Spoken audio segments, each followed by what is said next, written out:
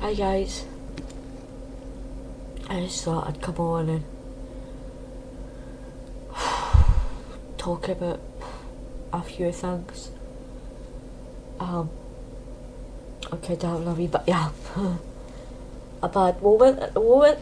I watched a video earlier and it kind of hit a nerve. And it was basically a guy and he was talking to a group of young kids about how when he was younger he used to take drugs and go out with his friends and all that kind of stuff. Then he'd get home and his mum would be waiting up for him and she'd asked to speak to him, but he was too thingy and take her for granted, all that grumpy and too busy taking his drugs and all that kind of stuff. And he basically told her, "Oh, look, I'm busy, I'm too tired, I'm going to my bed, I'm going to my bed." And he was away on tour or something when he got a phone call and said that his mum had passed. And he was just talking about how much he regrets it and stuff like that. He realised that she believed in him, but she just wanted to talk to him and stuff like that. He wasn't like caring. And basically the moral of the story is don't take your parents for granted. Give them the attention they need and stuff, because you don't know how long you've got them for. And it's true. Like, I lost my dad when I was 11 years old to a heart attack, so I didn't have a very long time with my dad.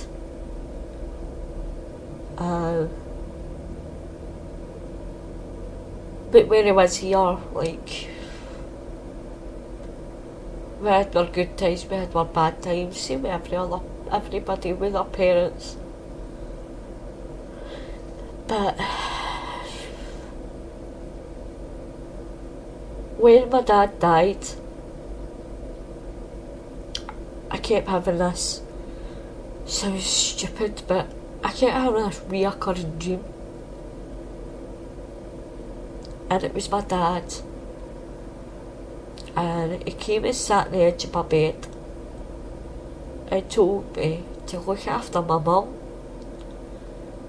And I asked him why. And he told me because she was going with him soon. And I had that dream every night for weeks. And it wasn't straight after he died, this was more into my teenage years. When I was about 14, 15 maybe, I started having this dream. And I'm sorry I'm not looking at the camera, I'm just thinking back here.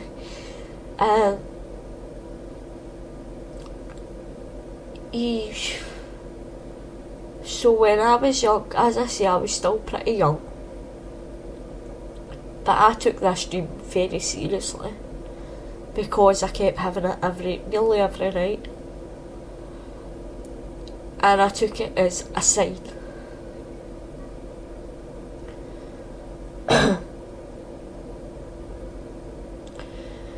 So I did as he asked. And I tried to look after my mum. But a few months after I've had this recurrent dream, my mum started getting out of breath really easily when she was walking and stuff. She always had this horrible cough, and it would be one of the ones that would go on and on and on and on. It was like a and she would keep coughing like that for ages. But she had that for ages, that cough. But later we, like as I say, we noticed that she started getting really breathless when she was walking. She would like take 6 or 7, just about 10 steps and she'd be out of breath. And this went on for about a week.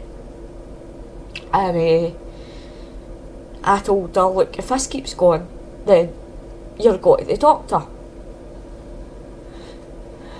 So she's like, right, okay. And at the time, we used to sleep. I used to share a room. We had our own bedrooms, but my mum didn't sleep a lot. So when she did sleep, she used to sleep on her chair or whatever, on the couch. She didn't really sleep in her bed. And I started just sleeping in the living room with her. It used to be the 3-seater sofa and her chair, but then we got 2-seaters. So she would sleep in one sofa and I would sleep in the other. And during this, like the week here, nobody went to breathe, she woke me up one night. She threw something at me. I don't know what it was she threw at me, but it woke me up.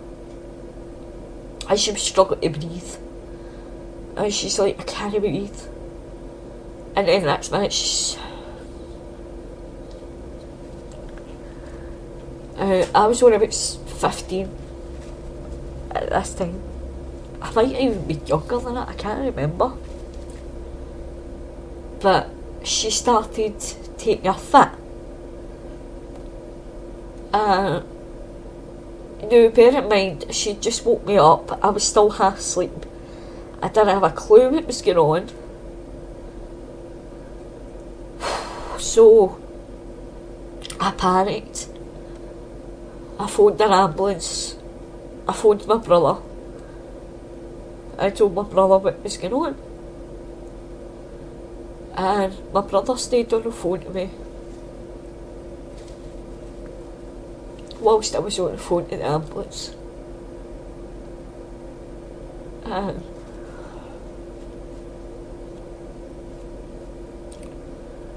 my brother was a bit away from me and he couldn't come and get me, so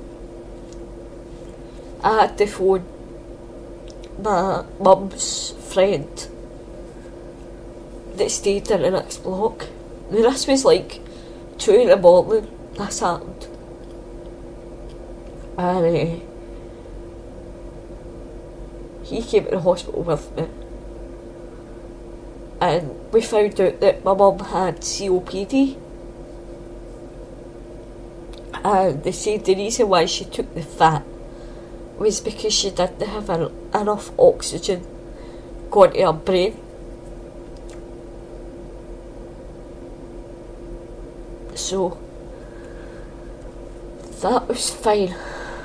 And that was basically, so that, as I said though, this was not long after I had my dream about my dad telling me to look after her.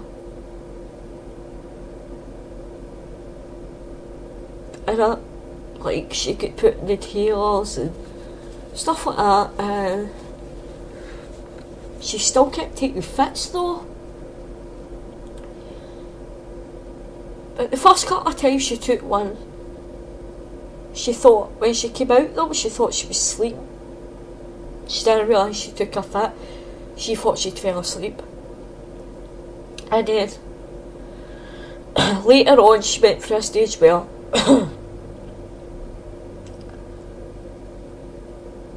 she would take a fit, but when she came out it, she couldn't remember who certain people were. And there was, sorry,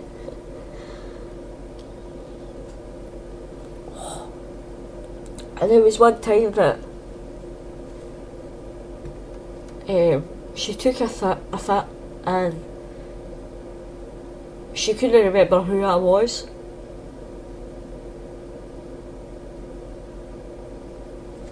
And that day, oh, that day tore me apart.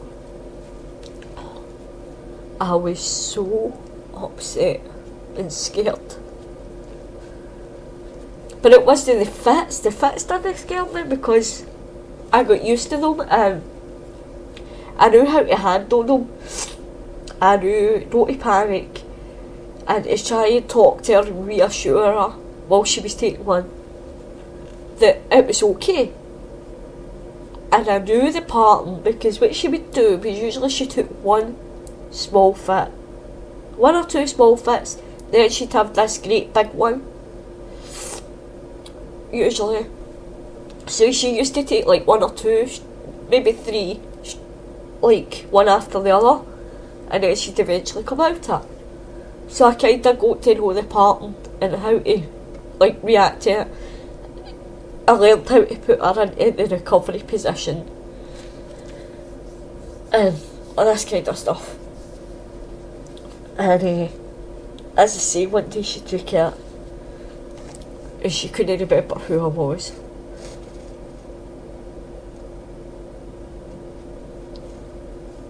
And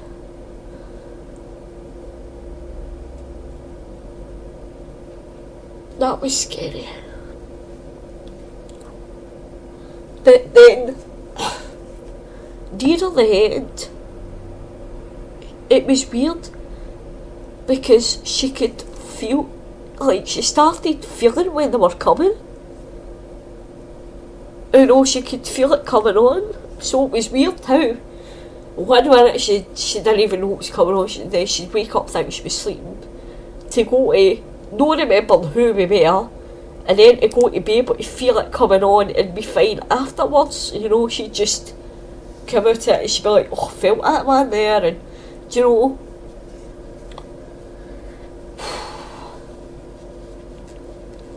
But what got me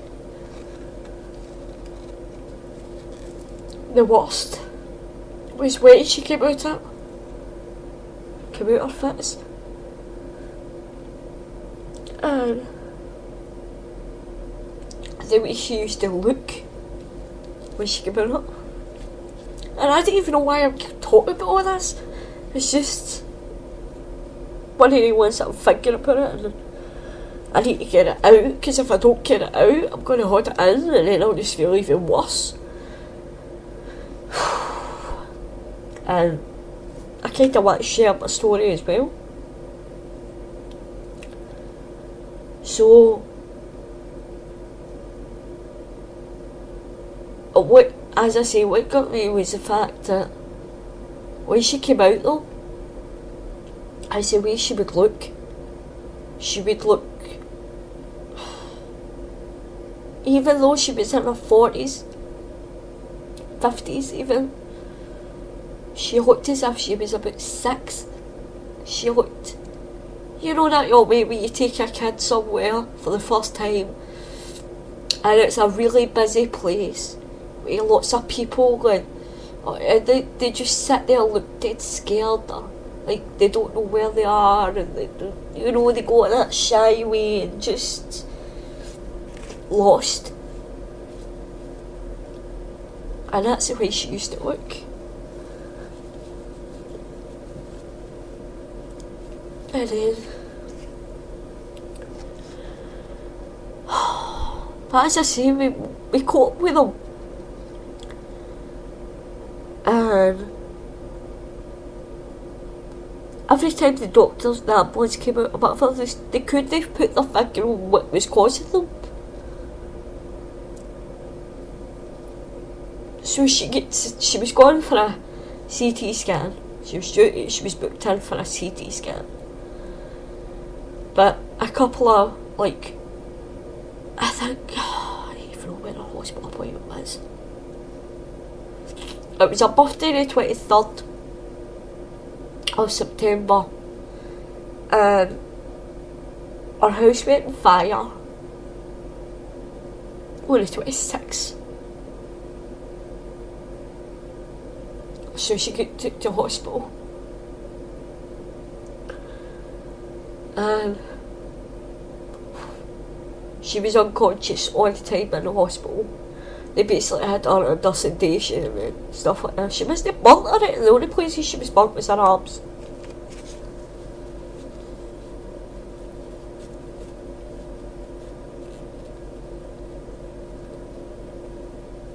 And she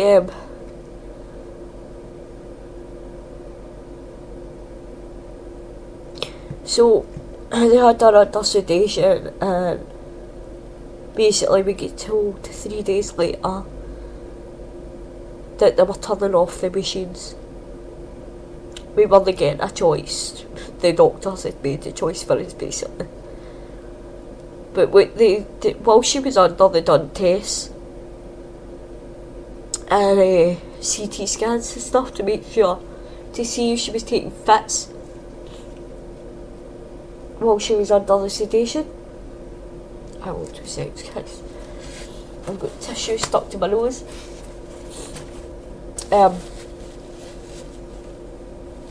Sorry. So basically,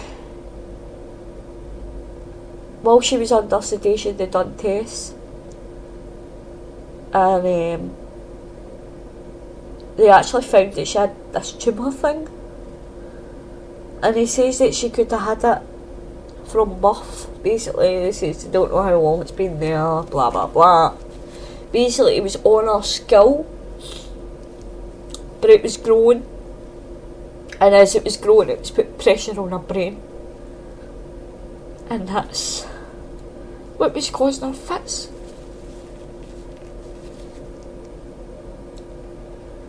And as I say, she was due to go for a CT scan about a week after it happened. So, in a way.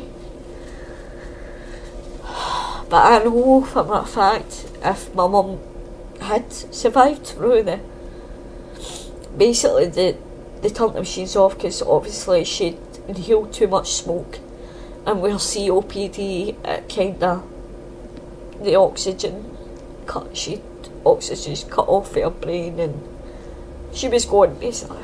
So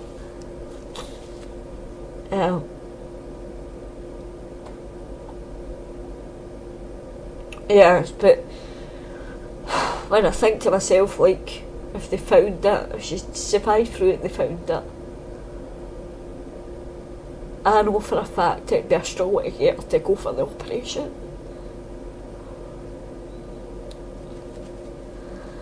Because she used to always say that she wasn't going to hospital. Because when you go to hospital, you don't come back.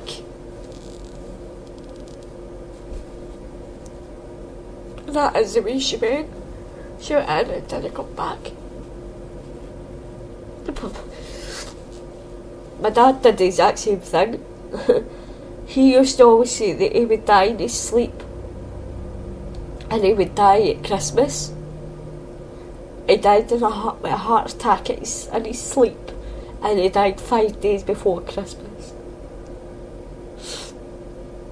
And so that's how when people say to me, oh, like, if something's going to happen to them, they're going to die or whatever, like, joking, I tell them not to do it, because I just don't like it, because, as I say, people have done it, like my dad, and it's came true. So I don't like it.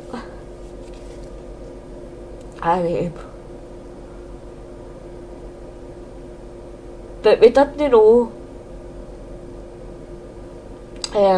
We still don't know to this day what caused the fire. They eventually put it down to accidental. They say that she must have dropped a cigarette or something. But even at that, there's no proof, they can't prove it. So we don't know exactly how it happened. And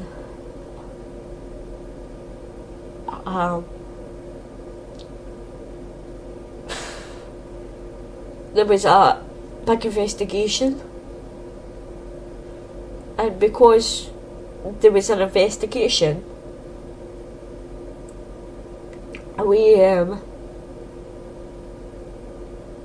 they couldn't release my mum.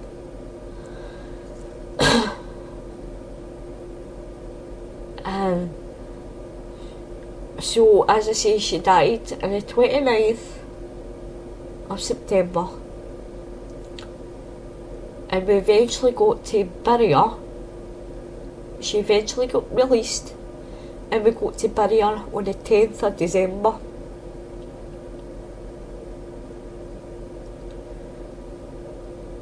So, as you can imagine, it was a long time to wait to actually put her to rest. And even at that, we weren't allowed to put her to rest the way she would like to have been put to rest.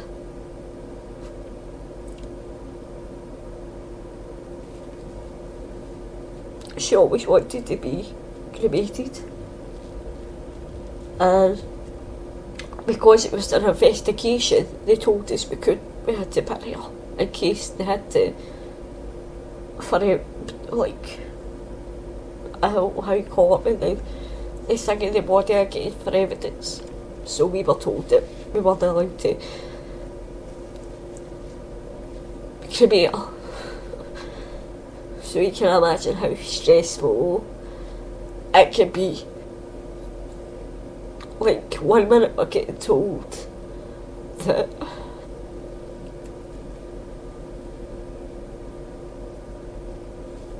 we weren't getting a choice to turn off our machines, and then we're getting told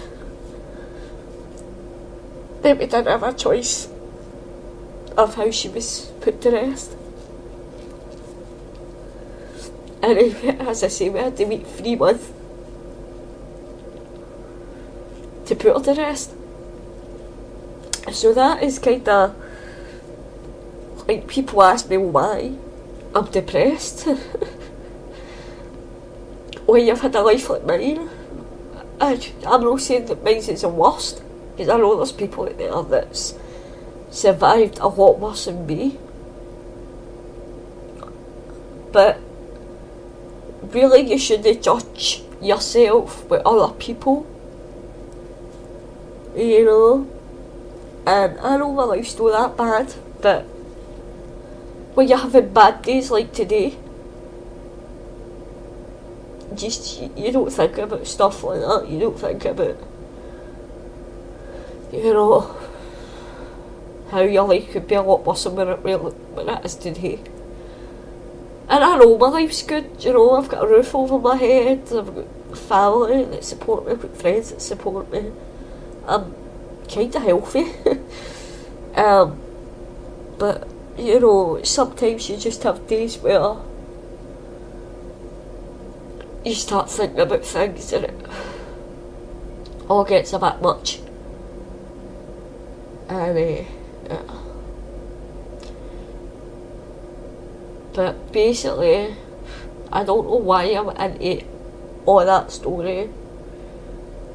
Basically, what I was wanting to put across is, like, I had my good days with my mum, and we had lots of bad days as well.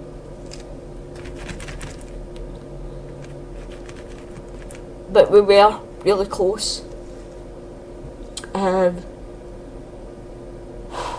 when I lost her, I lost a part of me. Because she was basically, all my teenage years, even my early adult years, my life was revolved around my mum. I looked after my mum, and, you know, and when I lost her, I felt kind of to blame because I wasn't there, and I told my dad in my dreams that I would look after her. And I failed it. I failed. And a lot of people say, oh, you need to stop living in the past and let things go. And I try to. Sometimes, like, it's easier. Like, I'm getting better at it. Like, for a while, hang on, I'm just going to pause this a sec to blow my nose. As I was saying, for a while, like for a long time, I was blaming my actual self for the fire. Although I know it wasn't me. But, you know, when you lose people, you do tend to blame yourself for a lot. You know, it's always the ones where you're like, what if I'd done this? What if I'd done that? Why didn't I do this? Why, you know? And I know that it wasn't, like, it was just hopefully an accident. But as I say, we still don't know how it happened. But there is days when I think, you know, I kind of filter a bit. But I know that's just my brain playing tricks. I know it's no me, it's my depression that makes me think like that. That's what depression does to you. It makes you think negatively. It makes you think things that, you know, makes you stop thinking straight. But basically, my whole point of the video is to say, to try and know, I know it's hard, and like, I know that people are always like, oh, there's no one person that doesn't argue with their parents, and I'm not saying that you should never argue with your parent. What I'm basically saying is, if you do have a fallout, don't leave it too long to apologise.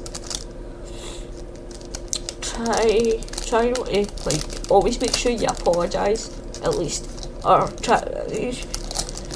if it's their fault, accept an apology. Don't keep holding grudges, because if you do, you're going to regret it when they're gone. You know, there's a lot of stuff that me and my mum used to do, and a lot of things that I used to say to my mum that I don't know, that I would take back a shot. You know, it's a lot of stuff, but hopefully she knows, you know, she knows that a lot of it was said the heat of the moment, and I didn't mean it.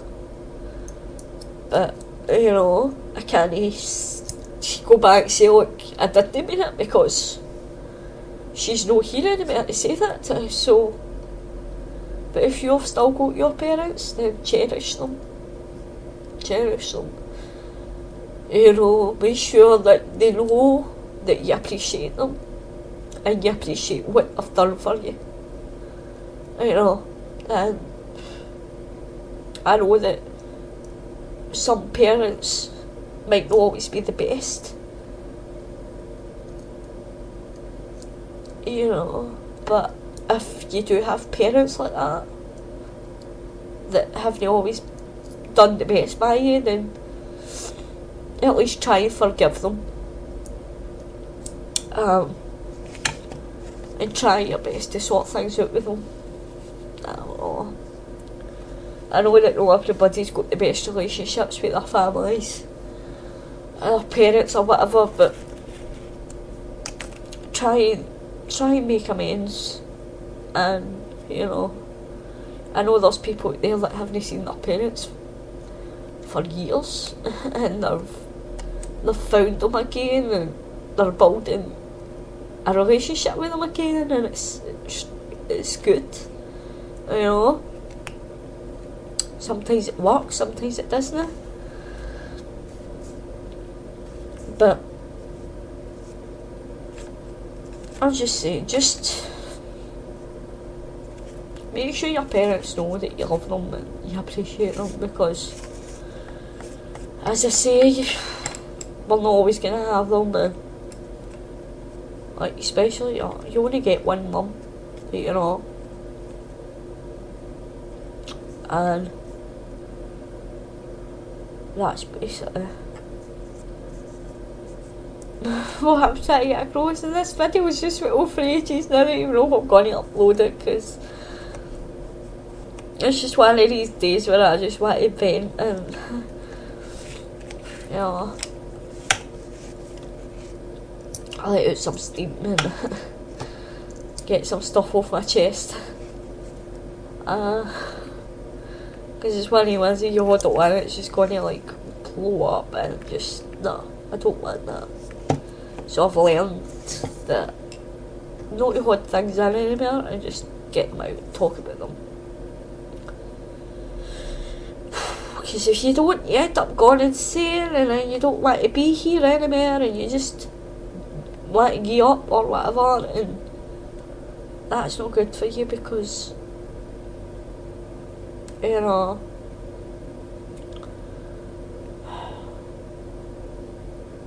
I really wouldn't wish depression upon anyone, because it isn't nice. It isn't a nice thing to have, but once you learn to cope with it gets easier. But for people who's just maybe just got it, just been diagnosed with it for your first time or whatever, I just want to let you know that you might feel some stuff and feel that you are alone, but you aren't. There's a lot of people out there that you can talk to that are going through the same as you. We might all be different types of depression, and it might be different reasons that you're depressed. But it's just to let you know that you're not alone. And even if one day you want to make a video and voice your opinions on it, or talk about how you're feeling, cry on a video or whatever, like me, and you know, just to let it out, just to get it off your chest and stuff like that, then do it, you know. Yeah, you might get some haters, like just horrible people just making, you know, like trolls making nasty comments, but there's also a lot of people out there that will support you and try to talk to you and try and make you feel better. And yeah, so don't ever feel that you're alone, because as I say, I don't think you are crazy either. If you get certain symptoms, like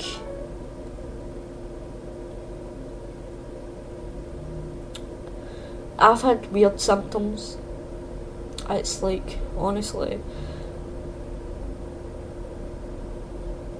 really weird symptoms. Like when I first got my depression, I just hope this kit doesn't load up out of sync, because it's out of sync now. When I first got I'm just going to tell you a quick story, and then I'm going to turn this video off because I don't want it to be too long about me sitting talking about that. When I first got my depression, I remember that I was going to sleep one night, but I wasn't sleeping. You know that way where you're just lying there and you just got your eyes closed ready to go to sleep? Well, I was doing that, and I know I wasn't sleeping because I had basically just closed my eyes. And, you know, like, it's hard to explain. You know that way, like, when you watch a movie and they have, like, you get sometimes that the characters thinking about something, or no, they hear voices back where somebody said something to them, and you can tell they're thinking about it. Well, that's what happened to me. I was lying down and I heard like family members and stuff talking to me as if they were in the room with me, but it was like stuff they had said to me in the past, so it was like I was thinking about it or something, you know, but I could hear it as if they were in the room with me, and it was like really creepy, and I thought I was going insane. And my sister took me to the doctor, and I wasn't allowed to tell the doctor because at this time I was just new to depression, and In fact, I wasn't even diagnosed with depression at that point. I was being just diagnosed with stress related symptoms.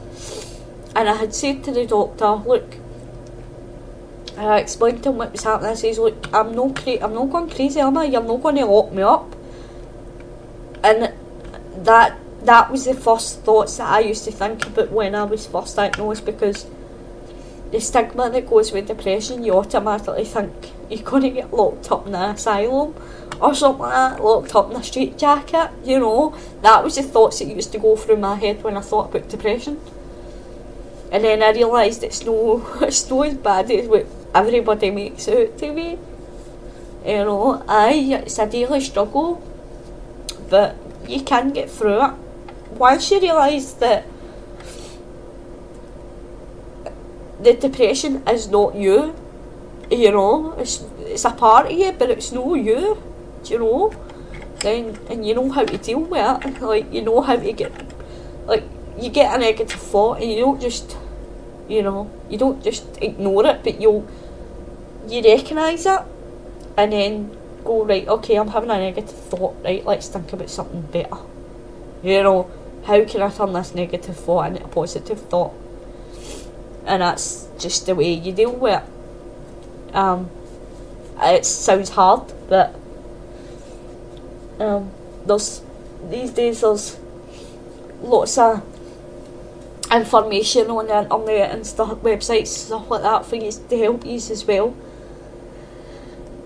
So yeah, so if anybody ever wants to message me or whatever, I'm not saying I'm an expert or anything, but if anybody just needs a chat one night or whatever, then you're more welcome to PM me or whatever.